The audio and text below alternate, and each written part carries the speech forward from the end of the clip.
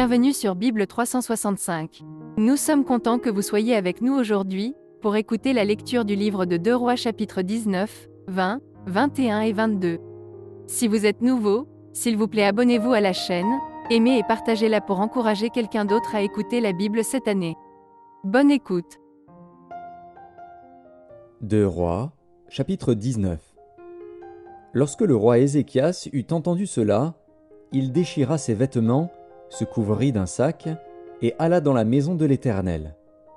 Il envoya Éliakim, chef de la maison du roi, Shebna, le secrétaire, et les plus anciens des sacrificateurs, couverts de sacs, vers Ésaïe, le prophète, fils d'Amoz. Et ils lui dirent : « Ainsi parle Ézéchias, ce jour est un jour d'angoisse, de châtiment et d'opprobre, car les enfants sont près de sortir du sein maternel, et il n'y a point de force pour l'enfantement. Peut-être l'Éternel, ton Dieu, a-t-il entendu toutes les paroles de Rabshaké, que le roi d'Assyrie, son maître, a envoyé pour insulter au Dieu vivant, et peut-être l'Éternel, ton Dieu, exercera-t-il ses châtiments à cause des paroles qu'il a entendues. Fais donc monter une prière pour le reste qui subsiste encore. » Les serviteurs du roi Ézéchias allèrent donc auprès d'Ésaïe.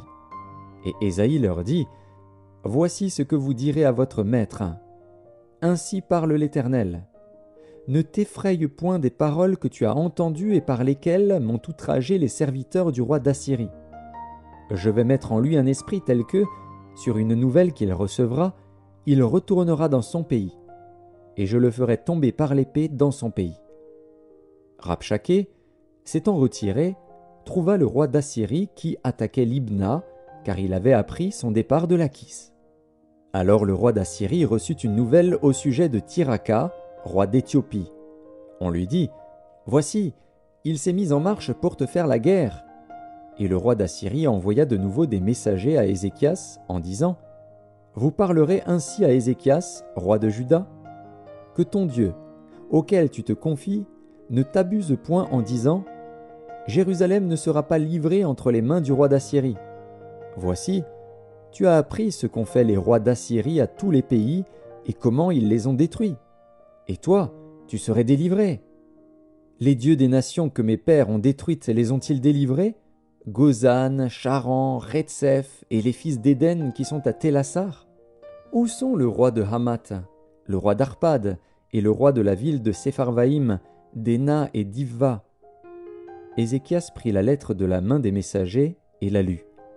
Puis il monta à la maison de l'Éternel et la déploya devant l'Éternel, à qui il adressa cette prière : « Éternel, Dieu d'Israël, assis sur les chérubins, c'est toi qui es le seul Dieu de tous les royaumes de la terre, c'est toi qui as fait les cieux et la terre.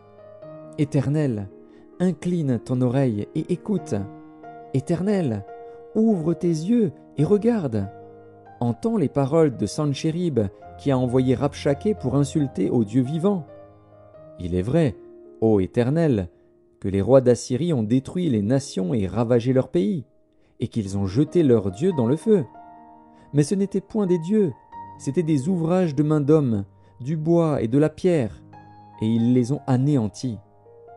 Maintenant, Éternel, notre Dieu, délivre-nous de la main de Sanchérib, et que tous les royaumes de la terre sachent que toi seul es Dieu, ô Éternel. » Alors Ésaïe, fils d'Amoz, envoya dire à Ézéchias : « Ainsi parle l'Éternel, le Dieu d'Israël. J'ai entendu la prière que tu m'as adressée au sujet de Sanchérib, roi d'Assyrie. Voici la parole que l'Éternel a prononcée contre lui. Elle te méprise, elle se moque de toi, la Vierge, fille de Sion. Elle hoche la tête après toi, la fille de Jérusalem. Qui as-tu insulté et outragé ? Contre qui as-tu élevé la voix ? Tu as porté tes yeux en haut sur le sein d'Israël. Par tes messagers tu as insulté le Seigneur, et tu as dit : avec la multitude de mes chars, j'ai gravi le sommet des montagnes, les extrémités du Liban. Je couperai les plus élevés de ses cèdres, les plus beaux de ses cyprès, et j'atteindrai sa dernière cime, sa forêt semblable à un verger. J'ai creusé et j'ai bu des eaux étrangères, et je tarirai avec la plante de mes pieds tous les fleuves de l'Égypte. N'as-tu pas appris que j'ai préparé ces choses de loin et que je les ai résolues dès les temps anciens? Maintenant j'ai permis qu'elles s'accomplissent, et que tu réduises des villes fortes en monceaux de ruines. Leurs habitants sont impuissants, épouvantés et confus. Ils sont comme l'herbe des champs et la tendre verdure, comme le gazon des toits et le blé qui sèche avant la formation de sa tige. Mais je sais quand tu t'assieds, quand tu sors et quand tu entres, et quand tu es furieux contre moi. Parce que tu es furieux contre moi, et que ton arrogance est montée à mes oreilles, je mettrai ma bouche à tes narines et mon mors entre tes lèvres, et je te ferai retourner par le chemin par lequel tu es venu. Que ceci soit un signe pour toi. On a mangé une année le produit du grain tombé, et une seconde année ce qui croît de soi-même. Mais la troisième année, vous sèmerez, vous moissonnerez, vous planterez des vignes, et vous en mangerez le fruit.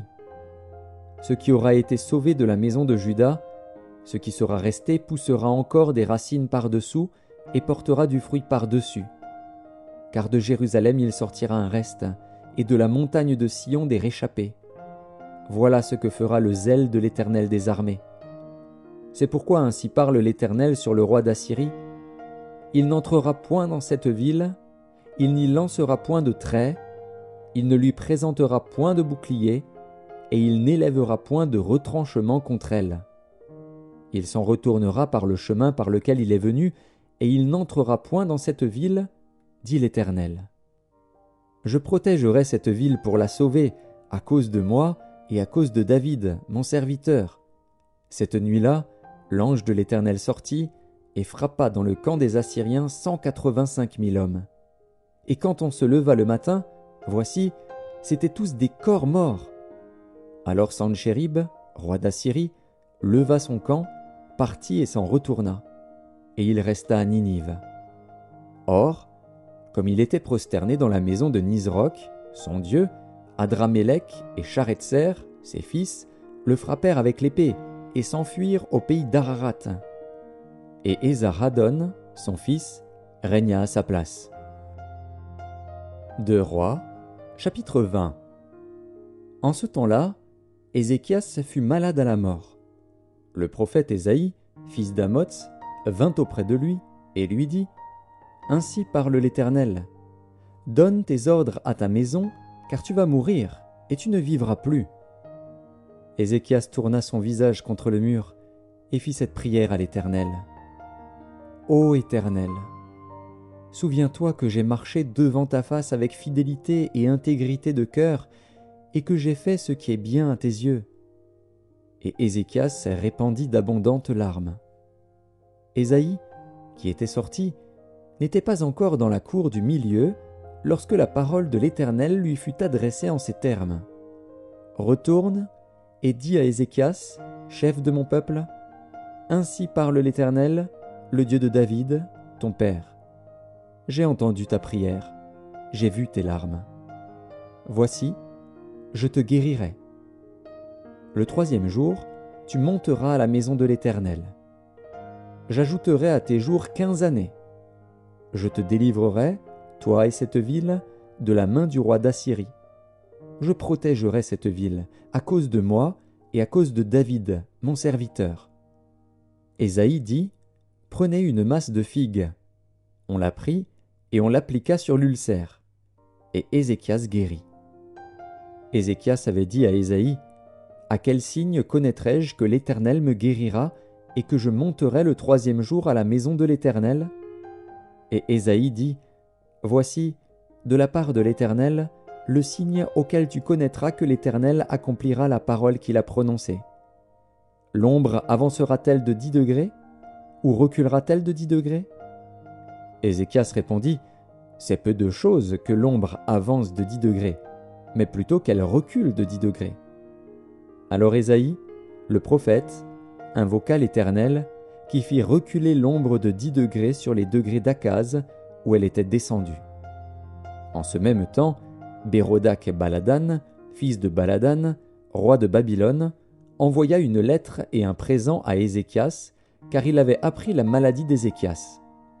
Ézéchias donna audience aux envoyés, et il leur montra le lieu où étaient ces choses de prix, l'argent et l'or, les aromates et l'huile précieuse, son arsenal et tout ce qui se trouvait dans ses trésors. Il n'y eut rien qu'Ézéchias ne leur fit voir dans sa maison et dans tous ses domaines. Ésaïe, le prophète, vint ensuite auprès du roi Ézéchias et lui dit : « Qu'ont dit ces gens-là, et d'où sont-ils venus vers toi ?» Ézéchias répondit : « Ils sont venus d'un pays éloigné, de Babylone. » Ésaïe dit encore : « Qu'ont-ils vu dans ta maison ?» Ézéchias répondit : « Ils ont vu tout ce qui est dans ma maison.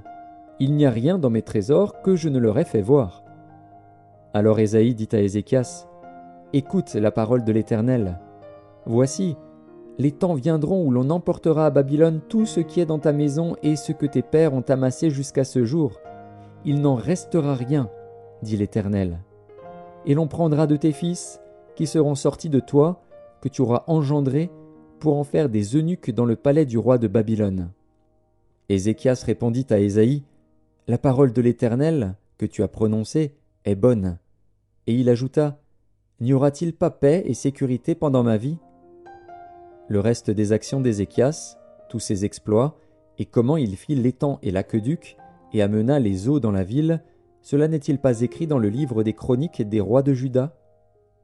Ézéchias se coucha avec ses pères, et Manassé, son fils, régna à sa place. 2 Rois, chapitre 21. Manassé avait 12 ans lorsqu'il devint roi, et il régna 55 ans à Jérusalem. Sa mère s'appelait Hephzibah. Il fit ce qui est mal aux yeux de l'Éternel, selon les abominations des nations que l'Éternel avait chassées devant les enfants d'Israël. Il rebâtit les hauts lieux qu'Ézéchias, son père, avait détruits. Il éleva des autels à Baal. Il fit une idole d'Astarté, comme avait fait Akab, roi d'Israël, et il se prosterna devant toute l'armée des cieux et la servit. Il bâtit des autels dans la maison de l'Éternel, quoique l'Éternel eût dit : « C'est dans Jérusalem que je placerai mon nom. » Il bâtit des autels à toute l'armée des cieux dans les 2 parvis de la maison de l'Éternel. Il fit passer son fils par le feu. Il observait les nuages et les serpents pour en tirer des pronostics, et il établit des gens qui évoquaient les esprits et qui prédisaient l'avenir. Et il fit de plus en plus ce qui est mal aux yeux de l'Éternel, afin de l'irriter. Il mit l'idole d'Astarté, qu'il avait faite, dans la maison de laquelle l'Éternel avait dit à David et à Salomon, son fils : « C'est dans cette maison, et c'est dans Jérusalem, que j'ai choisi parmi toutes les tribus d'Israël, que je veux à toujours placer mon nom. Je ne ferai plus errer le pied d'Israël hors du pays que j'ai donné à ses pères, pourvu seulement qu'ils aient soin de mettre en pratique tout ce que je leur ai commandé et toute la loi que leur a prescrite mon serviteur Moïse. » Mais ils n'obéirent point. Et Manassé fut cause qu'ils s'égarèrent et firent le mal plus que les nations que l'Éternel avait détruites devant les enfants d'Israël. Alors l'Éternel parla en ces termes par ses serviteurs les prophètes : « Parce que Manassé, roi de Juda, a commis ces abominations, parce qu'il a fait pis que tout ce qu'avaient fait avant lui les Amoréens, et parce qu'il a aussi fait pécher Juda par ses idoles, voici ce que dit l'Éternel, le Dieu d'Israël : je vais faire venir sur Jérusalem et sur Juda des malheurs qui étourdiront les oreilles de quiconque en entendra parler. J'étendrai sur Jérusalem le cordeau de Samarie et le niveau de la maison d'Akab, et je nettoierai Jérusalem comme un plat qu'on nettoie et qu'on renverse sans dessus-dessous après l'avoir nettoyé. J'abandonnerai le reste de mon héritage et je les livrerai entre les mains de leurs ennemis. Et ils deviendront le butin et la proie de tous leurs ennemis, parce qu'ils ont fait ce qui est mal à mes yeux et qu'ils m'ont irrité depuis le jour où leurs pères sont sortis d'Égypte jusqu'à ce jour. » Manassé répandit aussi beaucoup de sang innocent, jusqu'à en remplir Jérusalem d'un bout à l'autre, outre les péchés qu'il commit et qu'il fit commettre à Juda en faisant ce qui est mal aux yeux de l'Éternel.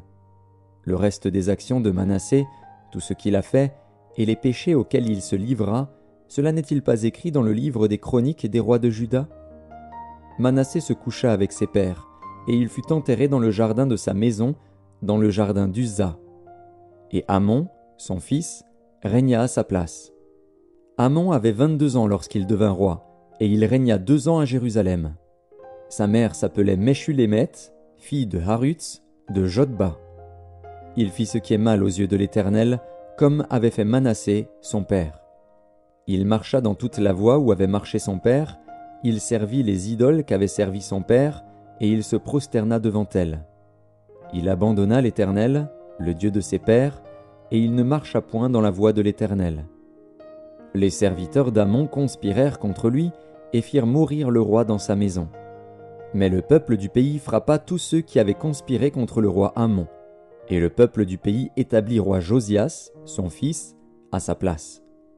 Le reste des actions d'Amon, et ce qu'il a fait, cela n'est-il pas écrit dans le livre des chroniques des rois de Juda? On l'enterra dans son sépulcre, dans le jardin d'Uza. Et Josias, son fils, régna à sa place. 2 Rois, chapitre 22.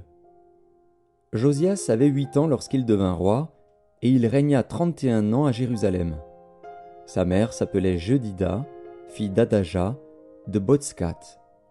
Il fit ce qui est droit aux yeux de l'Éternel, et il marcha dans toute la voie de David, son père. Il ne s'en détourna ni à droite ni à gauche.